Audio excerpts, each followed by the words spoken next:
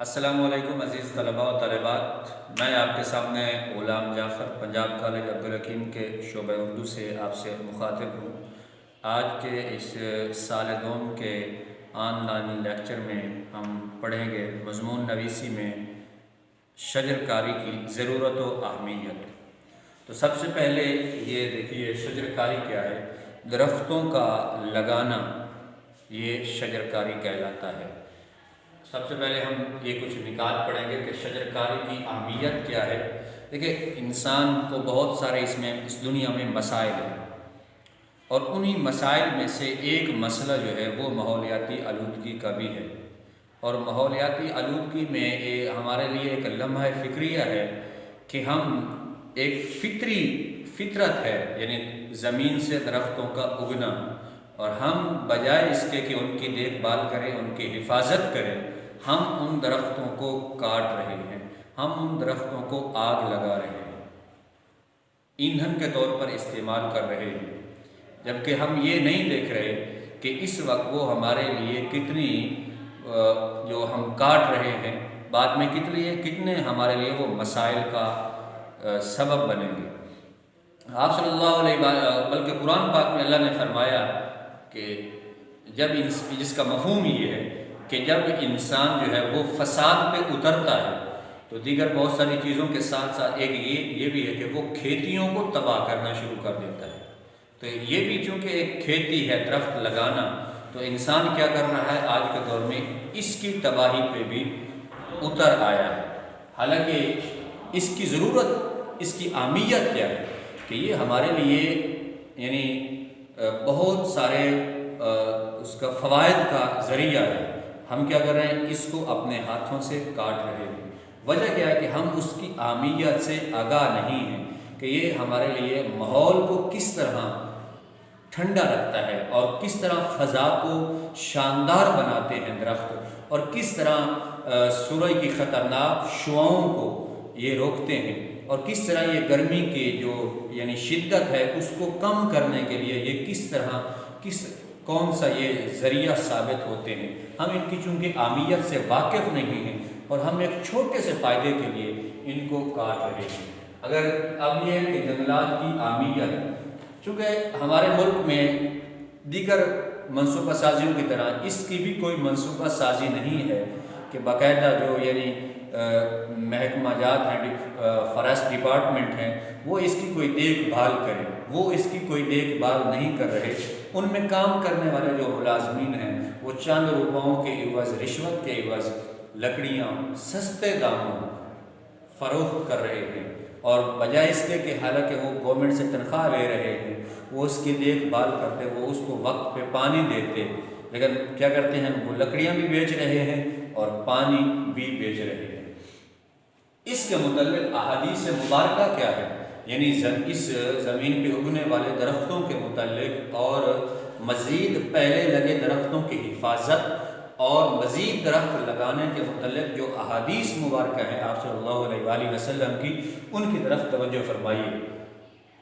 آپ صلی اللہ علیہ وآلہ وسلم نے فرمایا، حضرت انس نے اور حضرت جابر نے بھی یہ روایت صحیح بخاری میں یہ روایت نقل کی ہے کہ آپ صلی اللہ علیہ وآلہ وسلم نے فرمایا، کوئی بھی مسلمان جو ایک درخت کا پودا لگائے یا کھیتی میں بیج بوئے، پھر اس میں پرندے یا انسان یا جانور کھائیں، تو وہ اس انسان کی طرف سے صدقہ ہوتی ہے۔ آپ صلی اللہ علیہ وآلہ وسلم نے ایک اور حدیث فرمائی ہے، اس کا مفہوم یہ ہے کہ نبی کریم صلی اللہ علیہ وآلہ وسلم نے فرمایا، اگر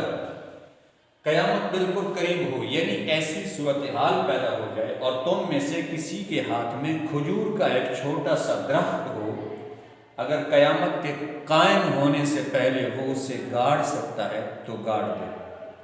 یہ احادیث مبارکہ ہے جو یعنی درختوں کی حفاظت اور مزید درخت لگانے کے لیے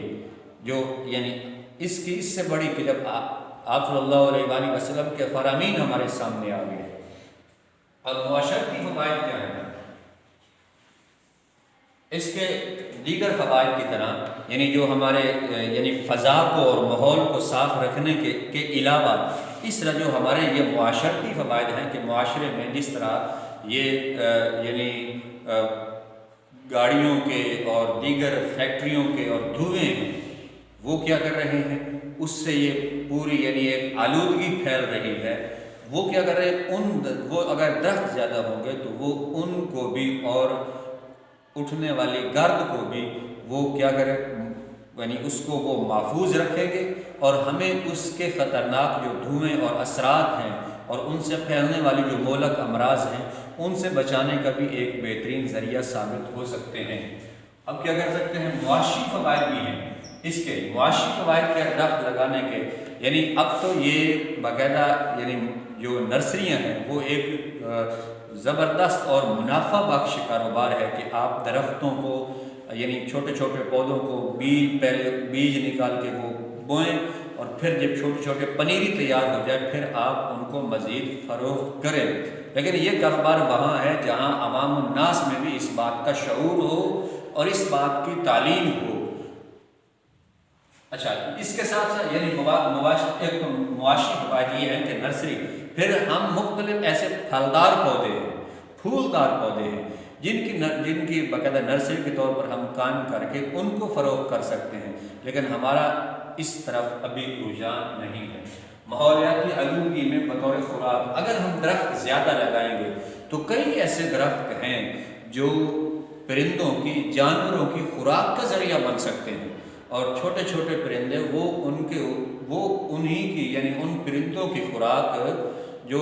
جنہیں لوگ یعنی پالتے نہیں ہیں ان کی خوراک ان درختوں سے ہے، جیسے بوڑ کے درخت ہیں، یہ دیگر ایسے جو پھل ہیں جو کھاتے ہیں پرندے اور وہ ان کے بطور خوراک استعمال کرتے ہیں، لیکن ہم نے کبھی بھی اس طرح سے کوئی اچھا روحانی و مذہبی فوائد کیا ہیں؟ مذہبی فوائد یہ ہے کہ آپ صلی اللہ علیہ وسلم کی احادیث مبارکہ آپ کے سامنے ہیں۔ روحانی کیا ہے؟ آپ سنتے ہو کہ درخت لگائیں بخت جگائیں، یعنی جب انسان ایک درخت لگاتا ہے تو اس کو ایک روحانی سکون ملتا ہے، وہ جب درختوں کو پانی دیتا ہے، ان کی دیکھ بھال کرتا ہے تو اس انسان کو ایک روحانی سکون ملتا ہے۔ یہ چیز جو میں اوپر بیان کر چکا ہوں معیشت میں ترقی کا بھی ذریعہ بن سکتی ہے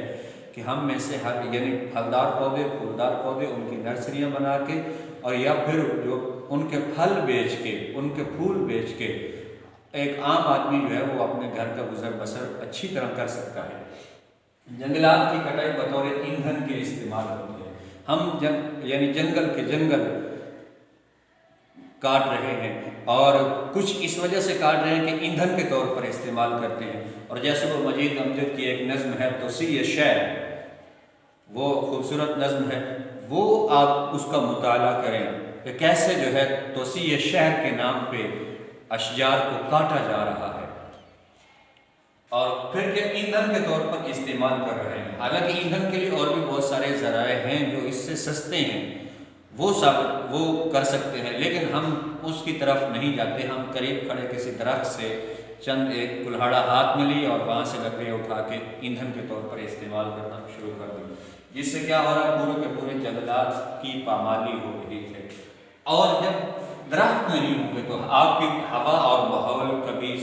جو ہے وہ پرفضا نہیں رہ سکتے، آپ کے پھیپھڑوں میں دھوئیں ہوں گے، گرد ہوں گے، اس سے اٹے ہوں گے۔ وہ ایک شاعر نے کیا خوبصورت کہا ہے کہ یعنی جب ماحول صاف نہیں ہے تو کیا ہے، وہ کہتے ہیں کہ آکسیجن یہاں نہیں ملتی، پھیپھڑوں کو دھوئیں سے بھرتا ہوں۔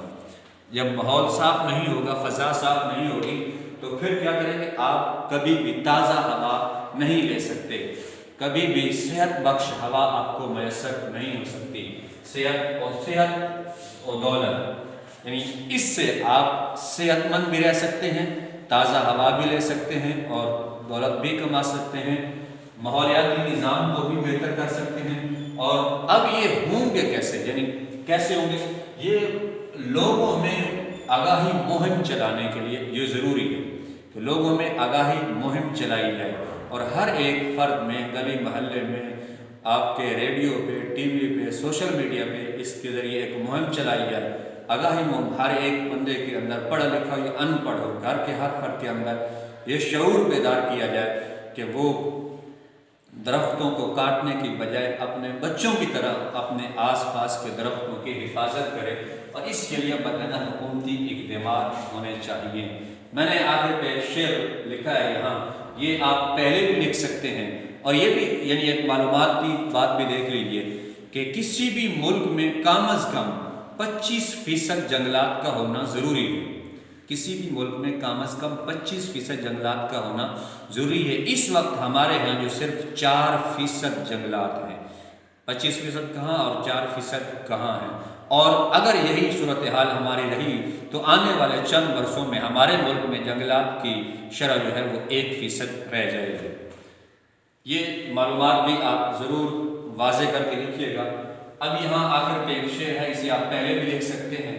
آخر میں بھی لکھ سکتے ہیں۔ توسیع شہر مجید عبدل کی ایک نظم ہے، اس کا بھی ضرور مطالعہ کیجیے۔ شجر سمجھ کر میرا احترام کرتے ہیں، شجر سمجھ کر میرا احترام کرتے ہیں، پرندے رات کو مجھ میں قیام کرتے ہیں۔ سنو تم آخر شب گفتگو درختوں کی، سنو تم آخر شب گفتگو درختوں کی، یہ کم کلام بھی کیا کیا کلام کرتے ہیں۔ السلام علیکم ورحمۃ اللہ۔